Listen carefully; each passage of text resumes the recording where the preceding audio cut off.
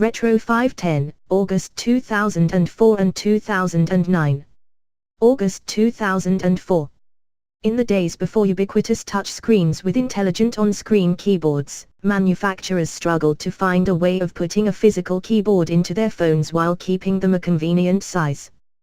The Siemens SK65 was one of the odder attempts, looking like a somewhat elongated but quite normal phone at first, but then a QWERTY keyboard rotated out, leaving the phone in a peculiar-looking cross shape.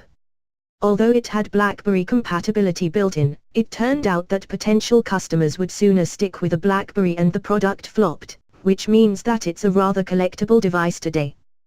BlackBerry were thinking along the same lines as Siemens with the BlackBerry 7100T, which was much closer to a normal phone in configuration than traditional BlackBerry devices. These 7100 series devices were a modest success and they led to the very popular Pearl range. But as with the Siemens design, this type of QWERTY keyboard is basically extinct today. The Samsung iGive30 looked like an old-fashioned Samsung clamshell at first glance, but underneath this was a Palm OS smartphone which was highly unusual even then. Only a few thousand of these devices were ever made, and they were distributed to VIPs at the Athens Olympics. They are very rare devices today. And those that are available are apparently mostly set to the Greek language, which is a bit of a challenge.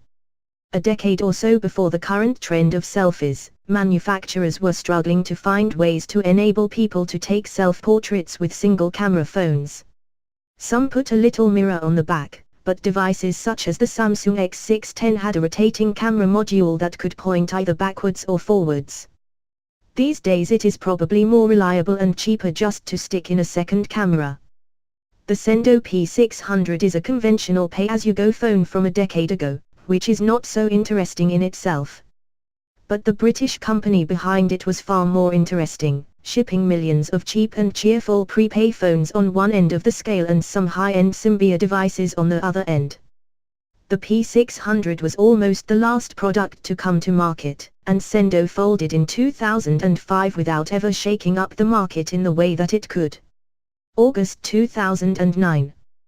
The Nokia N900 was Nokia's first and last MIMO smartphone. To a large extent it represented Nokia's last attempt to remain competitive in a rapidly changing marketplace, but in the end it failed.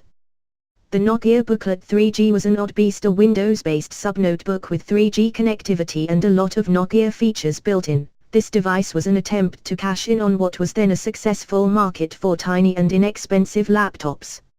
Unfortunately, Nokia came into the market only a few months before Apple redefined everything with the launch of the original iPad, a move that pretty much killed the sub-notebook market off completely. What's the best-selling smartphone of all time? Well, according to some sources it is the Nokia 5230, a low-cost Symbian device that sold in millions but was never as iconic as many other Nokia devices. Nokia also updated their flagship touchscreen smartphone with a special navigation edition of the Nokia 5800. 5 years ago the clamshell phone was a dying breed, but they did give manufacturers more leeway in the way they were designed. The Sony Ericsson Yalu may not have been to everyone's tastes, but it was certainly not boring. Ink Mobile was a British-based maker of low-cost phones which was a subsidiary of Hutchison Whampoa, who also own the 3 network. It was perhaps no surprise then that most of Ink's output headed to 3, and the InkChat 3G and the Ink Mini 3G were a couple of good-looking and very good value phones that ended up on that network. Ink soldiered on for a long time with some modest success, but closed down early in 2014.